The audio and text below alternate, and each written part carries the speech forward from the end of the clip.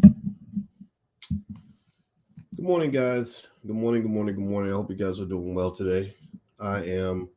Uh, I'm here to basically just say hello, and I got a few extra free minutes, and I thought that it might be fun to come in and do something I call Dr. Boyce Exposed. I figure if I come in and just answer some questions with you guys and let you guys ask me anything, it would be a chance to just get to know each other better. The internet's full of all kinds of I got you moments and people exposing people and all this other stuff. And I'm like, well, I just expose myself and just answer questions directly. That way you can hear it straight from the Boyce's mouth, so to speak. Anyway, I got my food coming, so I'm going to have to go in a little bit. Hey, Cass, how are you? Hey, let's see. Is that Acala, Florida? Acala, Asala? Hey, Robert, how you doing, man? Mr. Plow, do you trade calendar calls? Not really. Hey, 443, good to see you. Sharice Clark, how are you? Good to see you. Okay, so yes, if you give me like a one sentence question, I can give you a quick one sentence answer. Sometimes it may be a little bit longer if it's something that requires a more prolonged response. LaShawn, how are you? From Kosciuszko, Mississippi. Never heard of Kosciuszko. I can't even say it. How about Mississippi? LaShawn from Mississippi. Patrick Wilson, hello. Hello, is that Miss Hayden? Sekliwa? Maybe I hope I said it right. All right, so if anybody has a question, just pop your question in. I will answer it really quickly. And if I miss your question, just you can put it back in there. Repeat the question. Don't just say, why didn't you answer my question? Why didn't you answer my question? Just say, hey, here's my question again, or just post the question, and I'll get to it. What are your thoughts on the Essence Festival's impact on Black economics? I think the Essence Festival does a good job of providing a nice something good for the Essence brand. Magazines have a hard time making money. It's very difficult, and Essence has done a good job of pivoting. Essence is not a Black-owned company, though, or you got to remember that. A lot of your so-called, if I'm not mistaken, but maybe I'm wrong. Maybe I scratched that. I said Essence is not a Black-owned company, but I may actually be wrong about that. I think they might have actually got bought by a Black person. So maybe I'm wrong. Forgive me if I got that wrong. But anyway, I got to look that up. What are your thoughts on interracial relationships? I think everybody has a right to choose what they want, but I think that who you are is reflected by who you date. Like if you date a bunch of losers, that means that there's a part of you that's attracted to losers. It says something about you.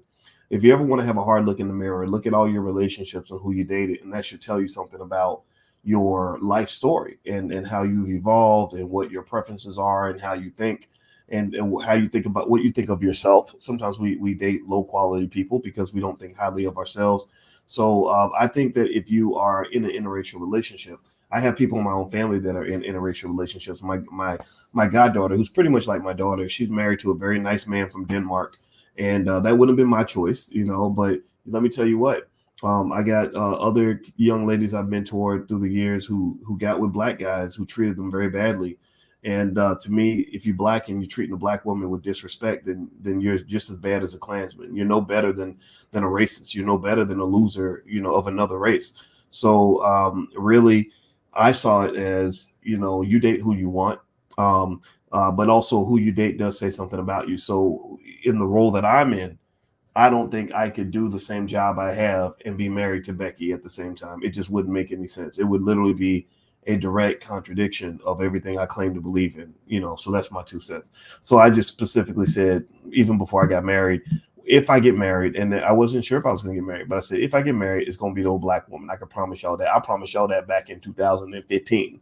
And it happened in 2021. Yeah, we got married. So Boyce, come to Baltimore with Dr. Claude Anderson when you can. Dr. Claude's not doing well. He probably won't be getting on the road anytime soon. So there you go.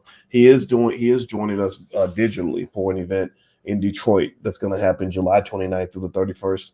Herb Strather and Gary Shelton, they were on this channel. These Black men are the men that Black kids need to know about. I'm telling you, these guys have done like $2 billion worth of real estate deals. And it's sad that we know more about ignorant rappers who can't even spell their mama's name than we know about Black men and Black women who are doing amazing things at a genius level. So their event is called the Black Wealth Builder Summit. If you go to boycewatkins.com, you can get a pass and join this event. There are going to be bank presidents speaking. I'm going to be speaking. They're going to be speaking. Dr. Claude Anderson is going to be speaking.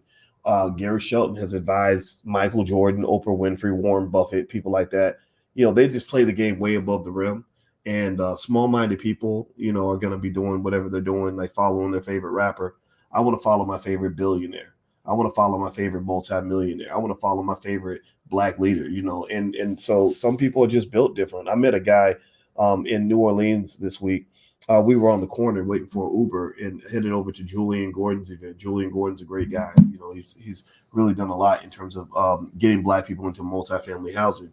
And he's also the dean of real estate in the Black Business School. Well, I was going to Julian's event, and a brother pulled up in a truck, and his name was Vernon. He said, "Hey, Dr. Boyce, what's going on?" I saw a lot of y'all here, and I appreciate it when you all come up and say hi.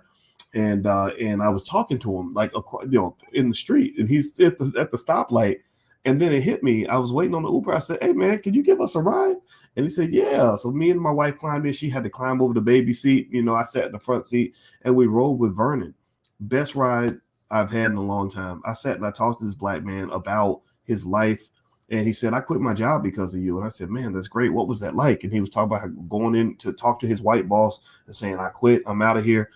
Vernon he was a U.S. Marshal for many years. He also has served in the military. So he retired from the Marshal Service and from the U.S. military. Shout out to every veteran in here. Thank you for your service. And also, he and his wife have built up over a 33-year marriage, have built up a substantial fortune of wealth that they were passing on to their children. And he has started buying multifamily real estate. And I said, this is what I'm talking about. These are the black men that are out here and women that are out here really nailing it down, getting it done. They're not flashy like the celebrities. They're not going to show up with 18 gold chains on their neck. They're not going to show up with a mouthful of gold teeth. They're not going to show up with tattoos all up and down their neck. They're not going to show up rubbing vaginas with another woman on stage like Cardi B. They're not showing up with all the dysfunction. So white people are not going to give them media attention the way they give attention to dysfunctional black people.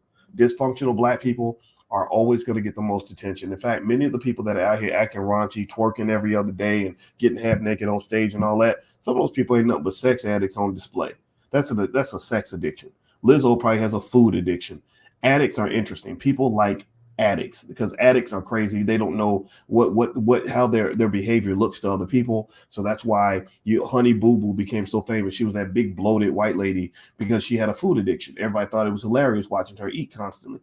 Cardi B is a sex addict, so they love watching her. Just every other verse is my pussy, my pussy. Think about it. Imagine if every time I was talking to you, I was talking about my penis. Like literally every sentence, every third sentence, I said, "Well, let me tell you about my penis. Did I mention my penis today? Let me tell you all about my penis. Let me tell you about my penis. Let me draw a picture of it for you." Like that would be weird. That's dysfunctional. Y'all would be like, "Boys, what is wrong with you? You're a pervert." But think about it. In entertainment, y'all think that stuff's normal.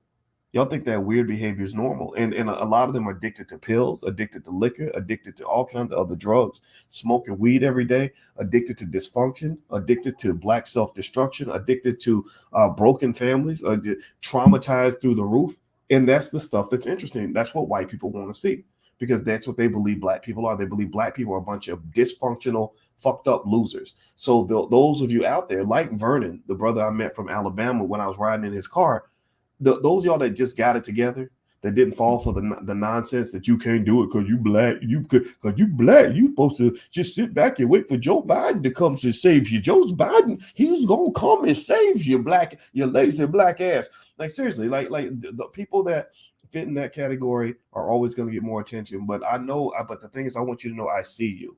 I see y'all out there that are getting it done, that are taking care of your damn kids. They ain't got babies, mama splattered all across the country. I see you black men out there. Maybe you served your country proudly and you're holding it down. You're making your next move. I see you black women out there that are supporting black men, loving black men, taking care of your kids, saving your money, building your wealth, just like my grandma used to do. I see you black people who believe in personal responsibility and don't believe the hype that black people can't do nothing for ourselves. I see you. I see you, the Hebrew Israelites and the Nation of Islam folks. I see those who are operating on code. And I want to just say, I appreciate y'all. Y'all give me hope.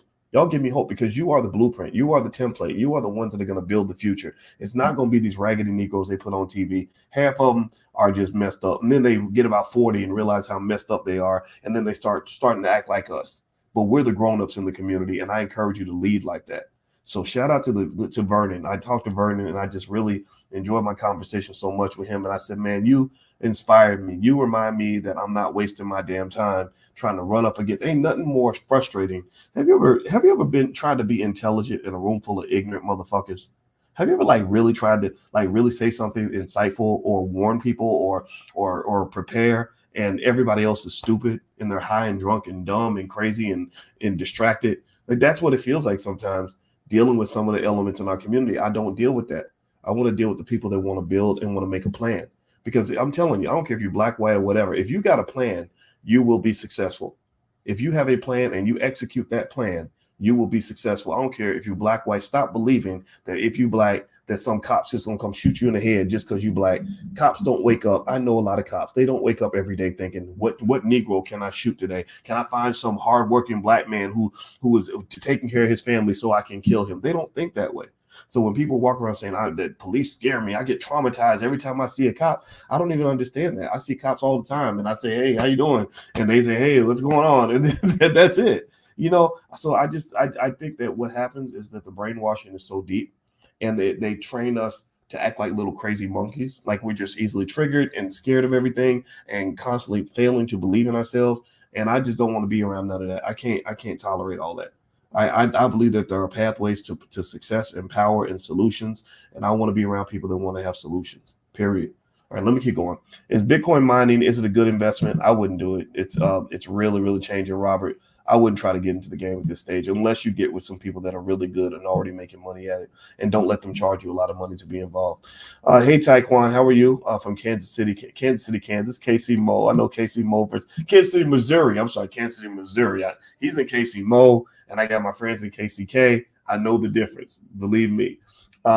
Richard, what's going on? Hey, Shahid, how are you? Let's see. Veronica, B1 Dallas, Elma's my grandma's name. My grandma died a few years ago. She died of Alzheimer's. My grandfather took care of her. They were married for almost, I want to say 60, 70 years, and she got Alzheimer's and forgot who everybody was, and he still took care of her until her last breath. And to me, that showed me what manhood is. That's an example of manhood. So I would say, like, ladies, if you're trying to decide if a guy is somebody you can really build with, find out where they went to school. Man, what I mean, I'm not talking about formal school. We're talking about relationship school. Where did they go to school? If they grew up in a family that never built anything, that never sacrificed long term to accomplish a collective objective, then it's a big risk. It's like hiring a plumber who never learned how to plumb, or hiring an electrician who never took a class on electricity. So to me, my relationship school was my grandfather, watching him take care of my grandmother for over 60 years. My relationship school was watching my mother and my father work it out and figure it out for 47 years. So what school did he go to? Or what school did she go to? If she went to the school of dysfunction, that might not be the one for you. That's my 2 cents. That's my truth. All right, Oprah Winfrey's birthplace, and condolences to her family. Her father, Vernon Winfrey, passed Friday from cancer. Oh, wow. I've heard that story about her. It's funny. The guy I met was named Vernon. That's interesting. We love you too, but most of our poor can't afford your meeting. DFW, Black United Powernomics. What poor do? Well, Anderson, we have a lot of free stuff in the Black Business School. If you go to boycewatkins.com, get a free e-copy of my book. There's tons of free stuff. Also, you can join our Powernomics training for free. That is free to the community. So nobody has to pay to join the Powernomics training. We meet every Wednesday night. We have done about 100 lectures on Powernomics, and we're going to probably do 1,000 more. So we've been doing this for over a year and a half. So if you'd like to join that, that's 100% totally free. So never, ever let anybody tell you that you can only join the Black Business School if you have money. That is simply not true. That is a falsehood. Now, the Black Business School does have things where we have to charge money because you need money to pay your employees. If you do not have money and a business does not generate revenue, the business cannot survive. So everything can't be free. So freedom ain't free. Success ain't going to be free.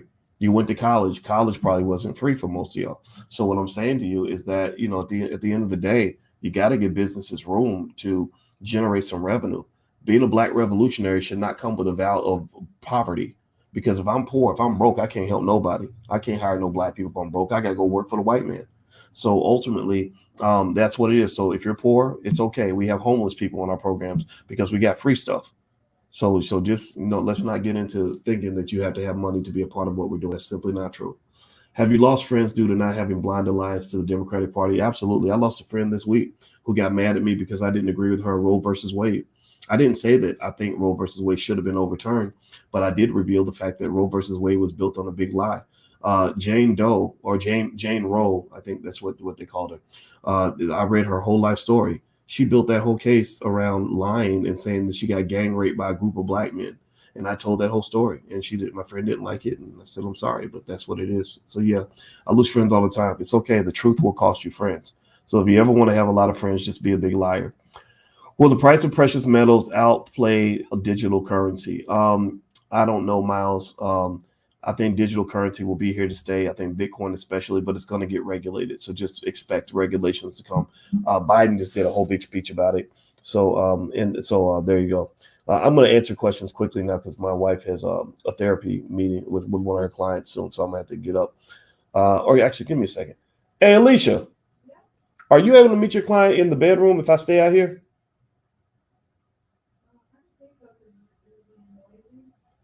Well, we can shut the door. What do you think? Well, how about this? I'll bring you your stuff and we could try it. And if it's too noisy, you can just tell me to be quiet. Because my friends are listening online, so they know, so they understand. Okay, so you can come and grab your laptop when you're ready. All right, so I'm gonna keep talking. I'm gonna keep answering questions for a few more minutes. What did you think about Google stock before the split? I think Google's a great investment, especially right now because the economy is so bad. Companies like that are going to flourish. When the economy starts taking off, Google's going to be like this. Easy money. Easy peasy. How do you feel about dividend stocks investing, like putting $25,000 in one stock? I would not put all my money in one stock. It's really not about the amount, it's the percentages. You got to spread your money out. Never put all your eggs in one basket. Very important. Do you think American Christianity is good for our community? Sometimes it is, sometimes it's not. I think that one thing that when church gives us faith and fellowship and guidelines on what it just means to be a good person, and you take that seriously, I don't see nothing wrong with it. I think there's, you can learn a lot from the life of Jesus, and even if you don't believe Jesus was real, there's a lot of great principles in the Bible, and and all that. But I think what happens though is that religion has been used to enslave us and to harm us in many ways and to make us very passive. I listened to a Beyonce song that she did with that singer that my wife likes. What's that singer you like, baby? This guy that did that song with Beyonce that I hate. We went to his concert. We went to his concert. You know what I'm talking about. What kind? You and I went to an Aretha concert, and then we went to that concert with that guy. I forgot his name. Say his name. Yes, Anthony Hamilton. I know I love Anthony Hamilton. I just don't like that song. So let me tell you about this Beyonce Anthony Hamilton song. I believe it was Beyonce and Anthony Hamilton. It sounded really good, but I listened to the lyrics very carefully, and it was literally basically saying like I ain't nothing, like I'm unworthy and I'm garbage. Like all I have is like God, and that's it. And I'm completely unworthy of anything. And I've been beat up on and spit on and crapped on, and I'm just waiting for God to come and save me and help me. I gotta go read the lyrics, but I swear to God, like I gotta look this song up. But yeah, it was a Beyonce Anthony Hamilton song. Let me Google it. Well, who was the person she sang it with? It was like I'm not worthy or something. Oh, and I hated that song. Walter Williams. I'm sorry, I put it on Anthony Hamilton. My apologies to Anthony Hamilton. I messed up. Sorry, Anthony, if you're listening. Yeah, it's like took me a while, but I'm finally here. So I just want to testify, make it crystal clear. I've been picked on, to be picked on, talked about out of my friend's mouth. I've been beat down till he turned my life around. Seems like I always fall short of being worthy because I ain't good enough, but he still loves me. What kind of depressing shit is that? And it's like, I ain't no superstar. The spotlight ain't shining on me because I ain't good enough, but he still loves me. I used to wake up some days and wish I'd stay asleep because I went to bed on top of the world. Today, the world's on top of me. Everybody's got opinions. They ain't been in my position. That it breaks my heart when I hear what they have to say about me. Seems like I always fall short of being worthy because I ain't good enough, but he still loves me. And so I don't like it because it's so damn depressing. It's so like, don't get me wrong, I get it. If you've been kicked around and spit on and disrespected and mistreated, had your feelings hurt, been lied to, been betrayed. Join the fucking club. Shit. Do you know how many times I get my feelings hurt? I mean, do you understand what I felt growing up, and the hurt I went through? I get it. But somebody needs to pick your ass up and tell you got to get up and fight. I don't like this. Like, see, here's the thing. Here's how I believe brainwashing and cults work. Whether you're talking about religious cults or the Democratic Party or any other cult, or even the military sometimes does this. What they tend to do if they want you to commit to the cult is they break you down. They break down any other source of hope that you have.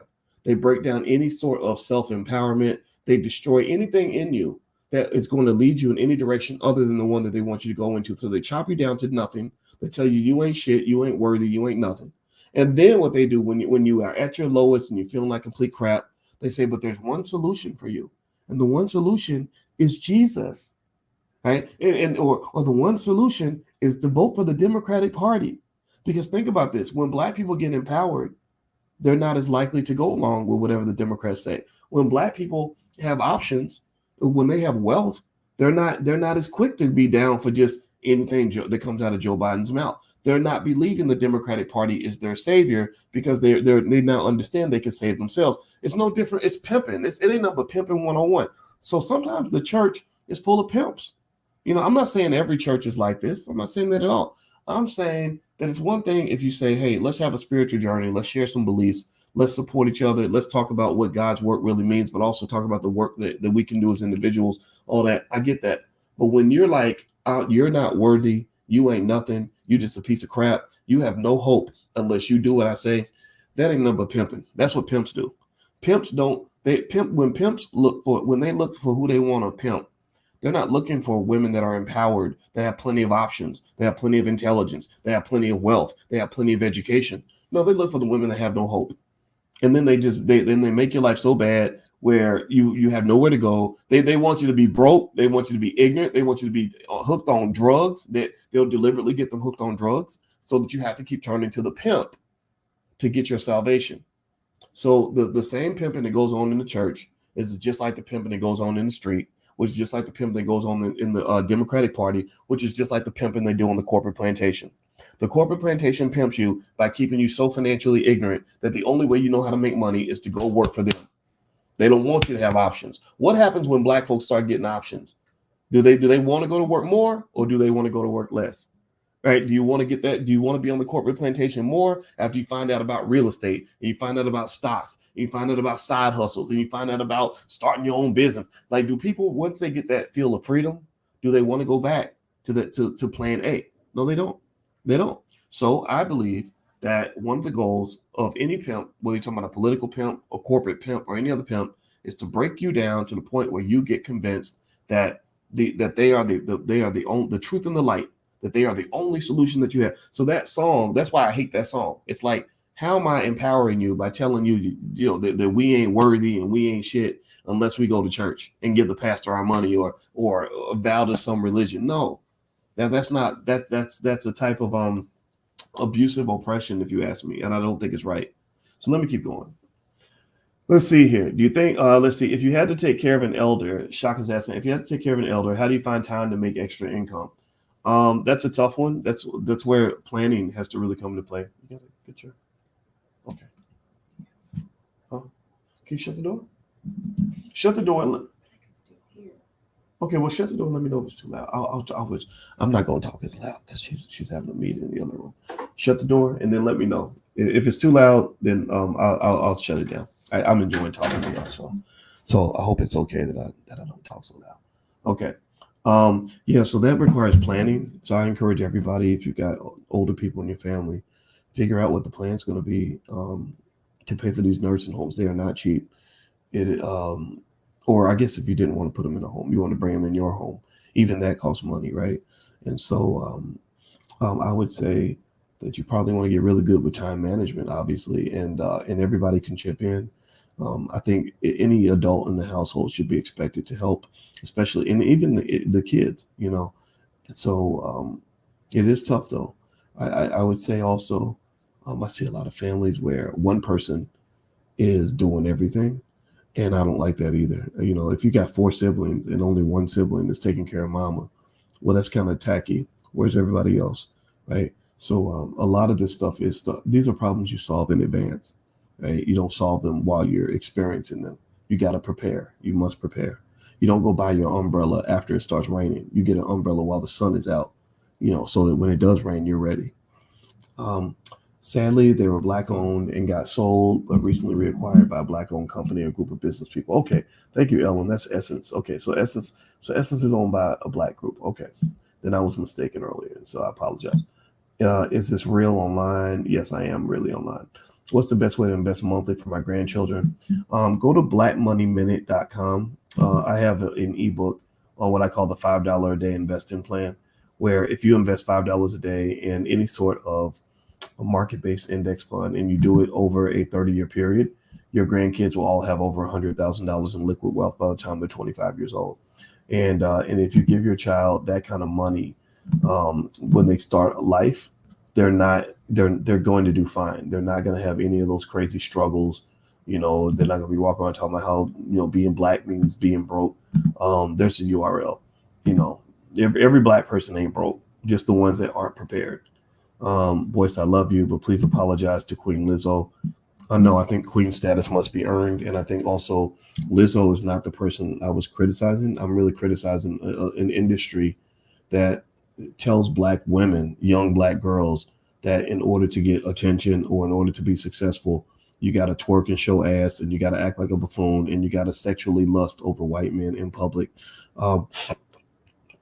I don't want to live in that world. And if people want to call me whatever they want to call me, I don't give a shit. Call me what you want, but you can't debate me, because you can't tell me that this stuff is reflective of how we want the black woman to be seen in America. Why are you surprised when everybody thinks the black woman's a hoe when y'all marketing the damn hoes?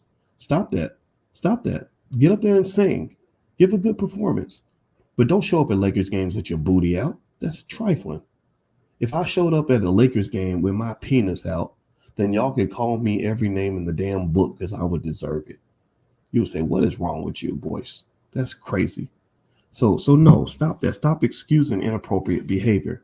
That's your problem as black people. That's one of the reasons we struggle. It's because we think anything's okay as long as a white man's paying somebody money, as long as they're getting a check. It's like, well, at least they're getting paid. I'm an expert on money, and I'm the first one to tell you that there are some things that are more important than money. Money is not the destination. Money is the tool to give you access to the things that are more important than money. So when people are walking around here acting like money is okay and money is the reason, it's okay for him to do blah, blah, blah because he's making money. Shut up. Just stop it. If you talk like that, you don't understand money at all. Money, what money did for me, I have money. I am a millionaire. It's all over the internet. Everyone has debated how much wealth I have, and I don't really care what they think. And let me just tell you what money did for me. Money did not make me a smart man.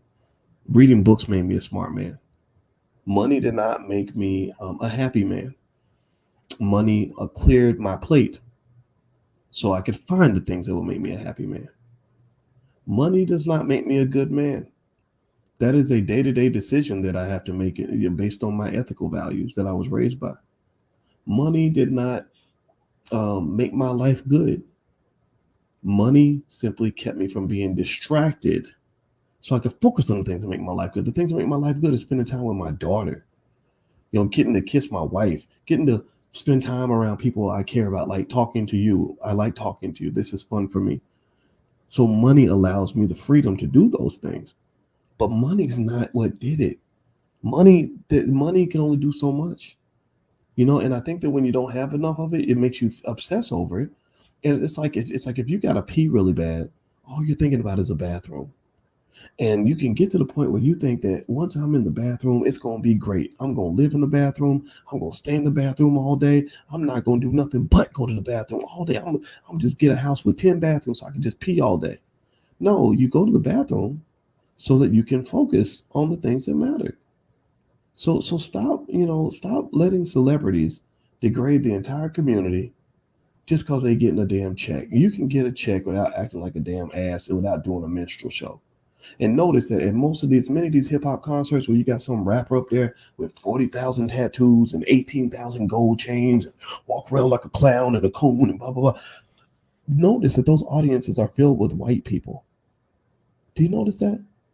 And I want to ask y'all this question. Can you think of a white version of Lizzo? Adele's a big girl too. Adele's, she's big. Ain't nothing wrong being a big girl. I'm not dogging that at all. But do you see Adele, the white singer? Do you see her flashing her vagina at children in order to get attention? Is Adele doing it? Did Adele go to a Lakers? I'm sure she's been to basketball games. Did Adele show up with her booty out? No, they do that for the black woman because they're like, well, black women are hoes anyway, so they like that stuff. Where's the white Cardi B? Is there a white version of Cardi B that's just as famous? Come on, just as famous. Don't point out who was that one singer?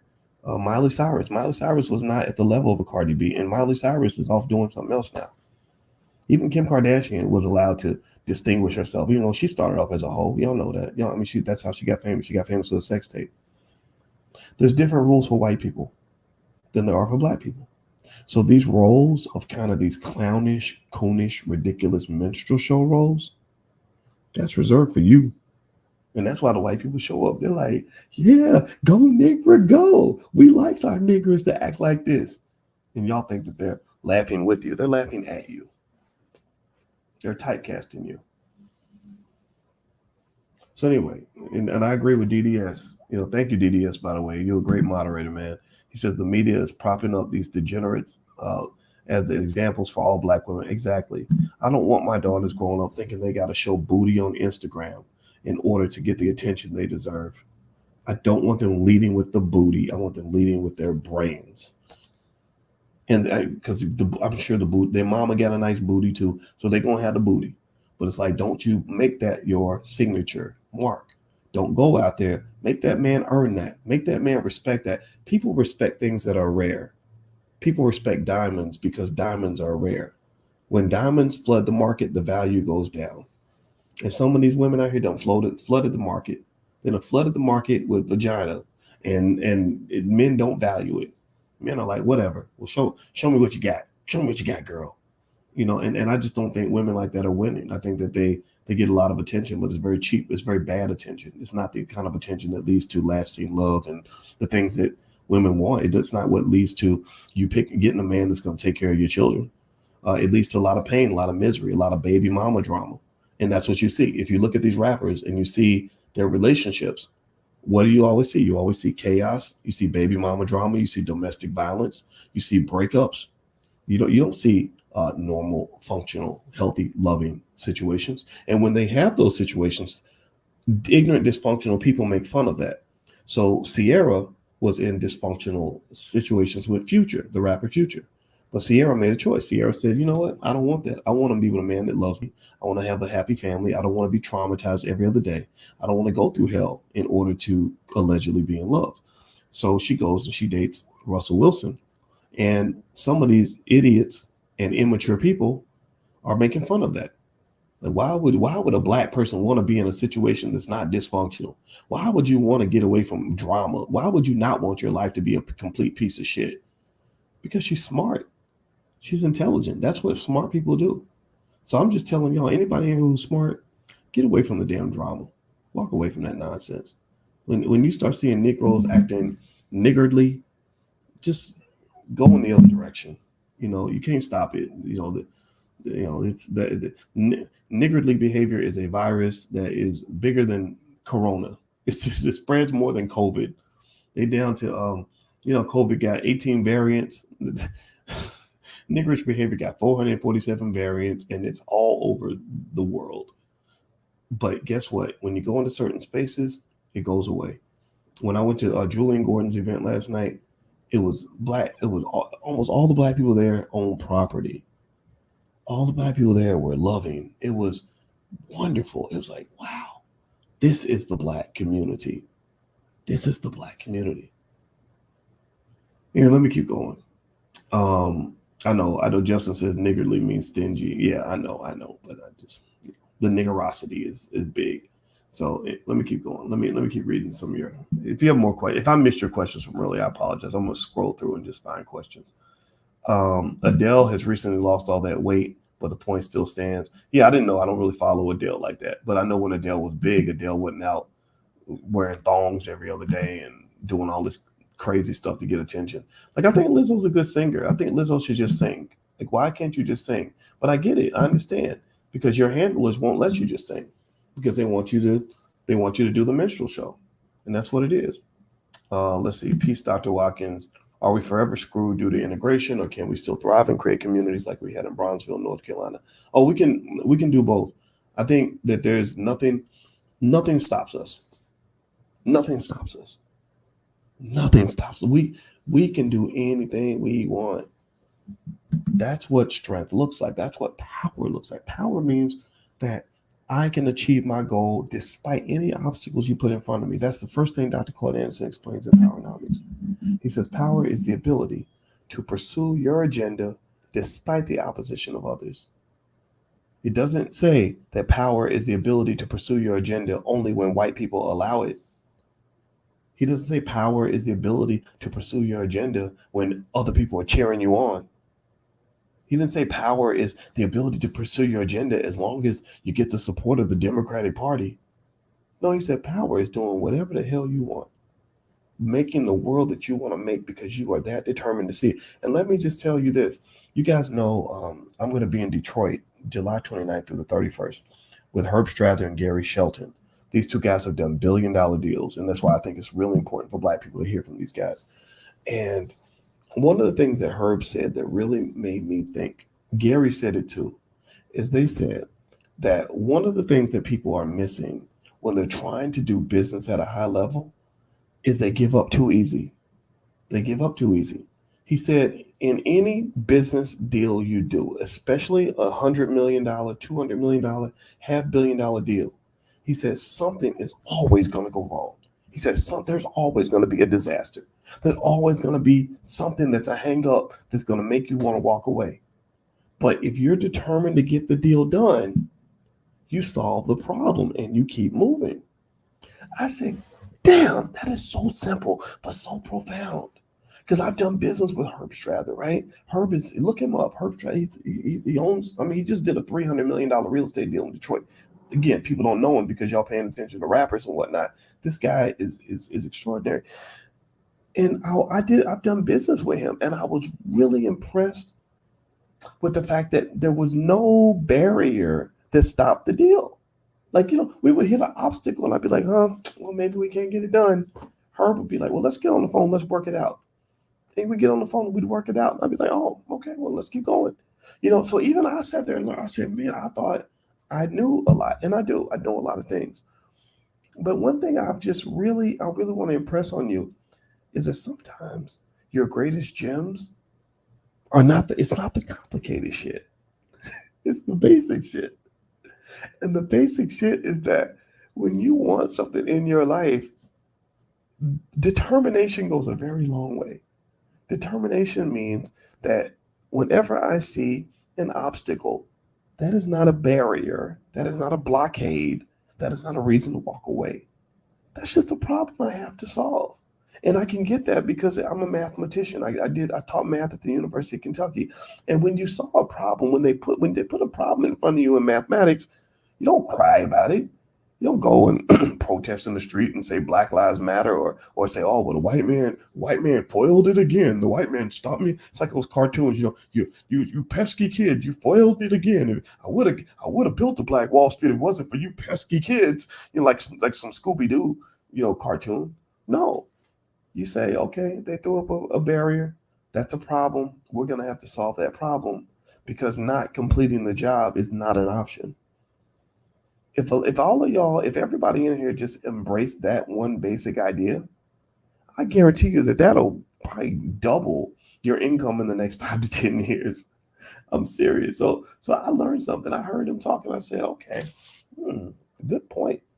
I'm going to apply that more often. I'm going to remind myself of that whenever I want to, kill something or walk away from it. Perseverance is huge. All right, so let's see here.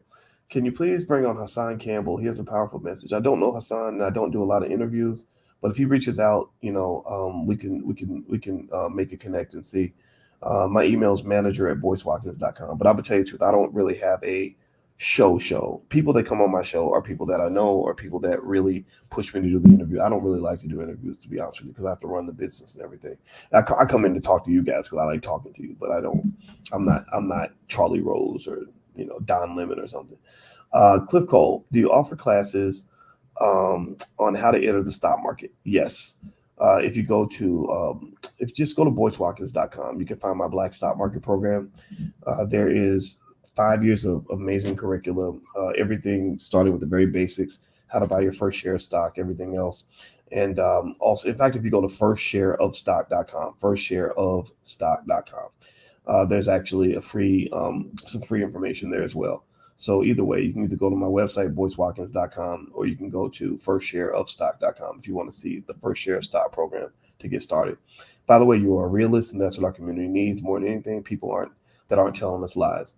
Yeah, Cliff. I mean, there's no point in lying. I mean, life is too short to be living in a fantasy land. I'd rather deal with reality. And the beauty of it to me is I think that a lot of our solutions are right in front of our face. At this point, it's a matter of really implementing those solutions and gaining that persistence that we talked about earlier.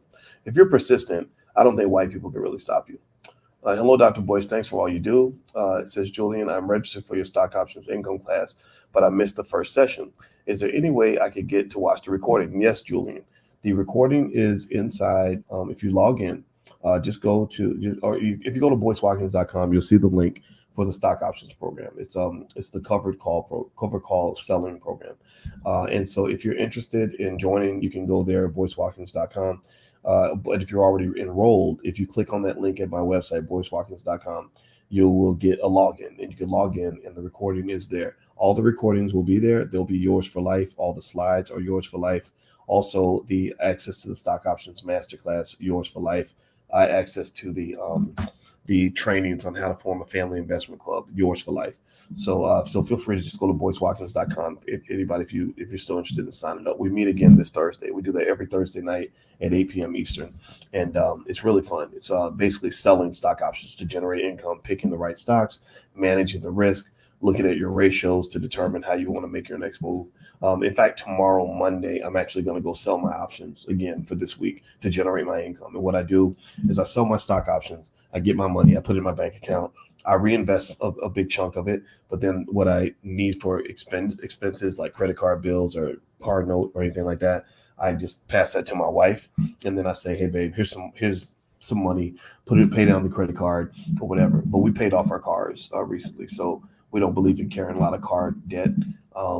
The debt that I don't mind carrying is like low interest debt, or if it's like in real estate, I don't necessarily feel rushed to pay off real estate if the interest rate is fair. Credit card debt, I like to get rid of. Car notes, all that, get rid of all that. I'm trying to think. I'll keep a little bit of debt for business and a little bit of debt for real estate, but I don't really keep debt for like consumer stuff, like, buying like food and, or going out to eat and going to the mall and all that stuff. We don't do that stuff. If we go on a vacation, we max out the credit card. We pay it off as soon as we can. All right, so let me see here. Is it safe to use apps like MetaTrader 4 and Code 4X Broker as a newbie Forex trader? I heard MetaTrader is pretty good. I don't know much about MetaTrader, but I have heard good things about it. The other one I have not heard of. So that's my 2 cents on that.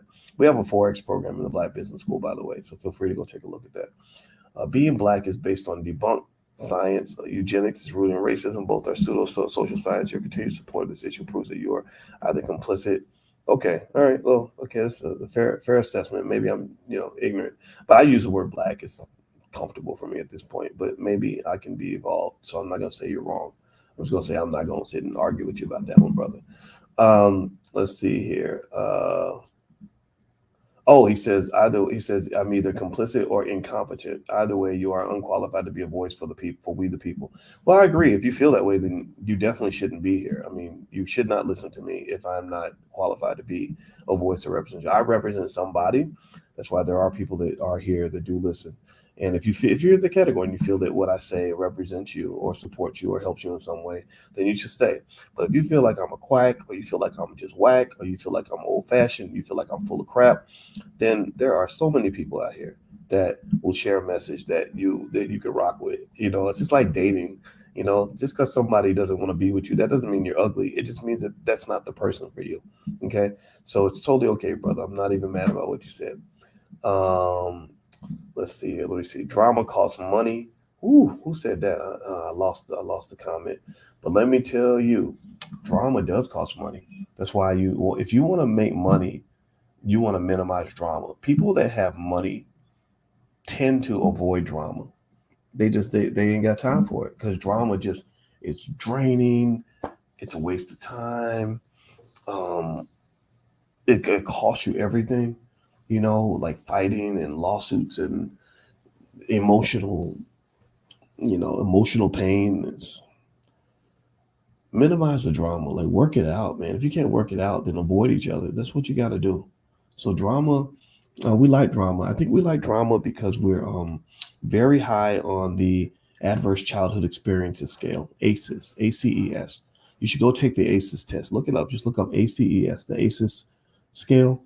Black people tend to be very high on the ACEs scale, and that causes us to sometimes, some of us, to be really easily triggered. Some people love drama. Have you ever seen that? Where people, they just like chaos, that they can't live without it. Like you can be addicted to it, and a lot of that comes from childhood. Let's see here. Way to answer question, Doc. Okay, I don't know if that's sarcasm, Edwin, or not, but okay, thank you. I'll take that as a compliment. I understand that it's good to have a diversified portfolio, but at what point, asked Ron, how many shares would be considered spreading yourself too thin? Well, theoretically, I remember in my doctoral program, they did say that the optimal number of stocks to own to be properly diversified is about 23 stocks.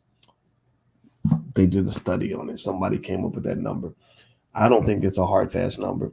I would say it's a blueprint benchmark. In fact, I'd probably go way beyond that because I own about 200 stocks, and so I think the general idea is just don't put all your money in one place, because if, even if it's doing well, like some people will say, oh, we're making a lot of money here and not a lot of money there, so we should put all the money from over here over there.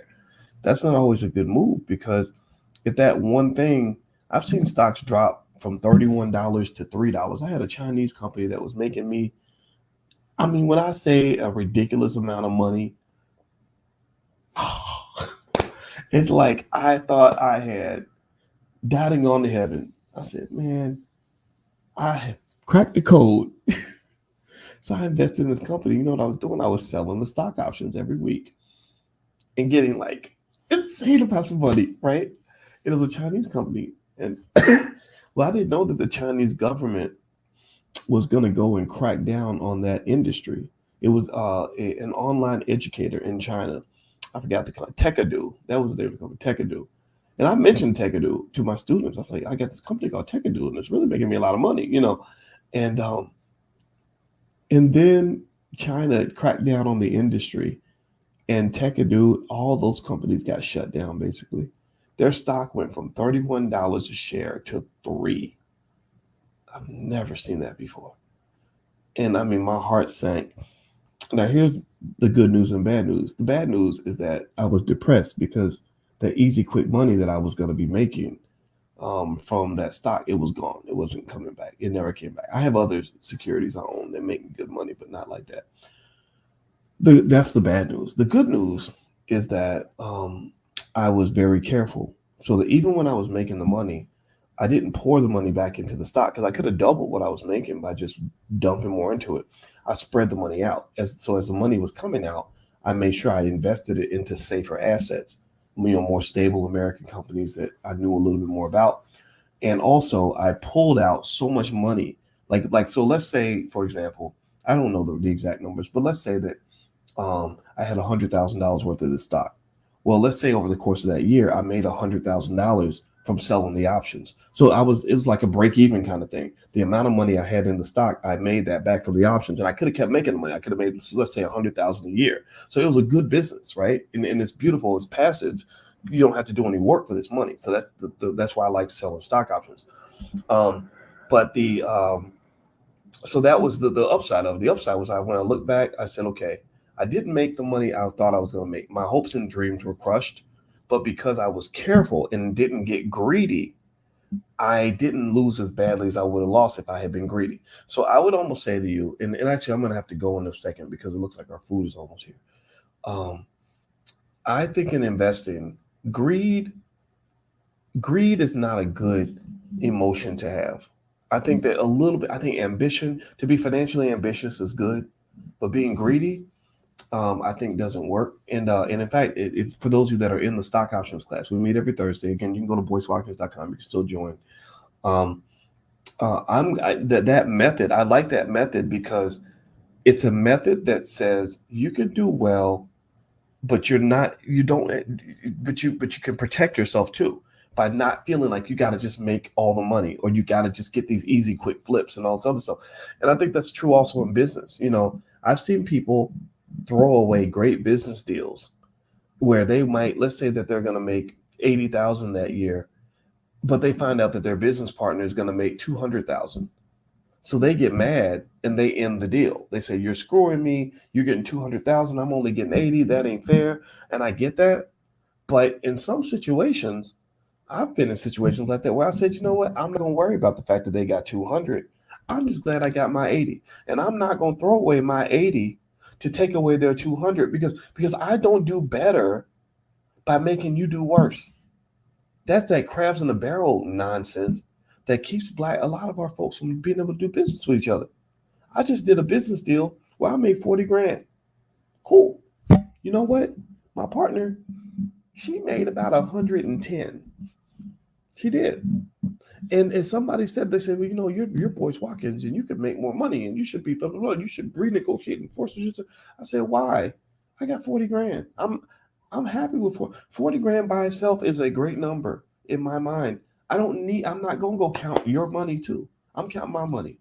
I got money for my family and I'm not gonna, and people will do this. They will cut off their nose to spite their face. And I'm just saying, don't do that. So greed, two emotions that I think are unhealthy are greed and envy. I think greed and envy, they tear at your soul and they're natural emotions, right? But I work very, very hard to try my best not to have these, and envy is close to jealousy. Jealousy doesn't make you a better man. It makes you a small, weak, wimpy little man. So I try to manage jealousy. Sometimes I get jealous with my wife. Like, wait a minute, that ain't right. Hold on. Give me 1 second here. Hold on.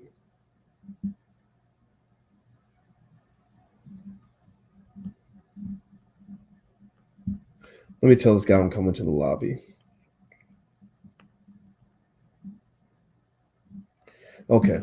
All right. My food is here, so I got to run. So I hope this conversation is helpful.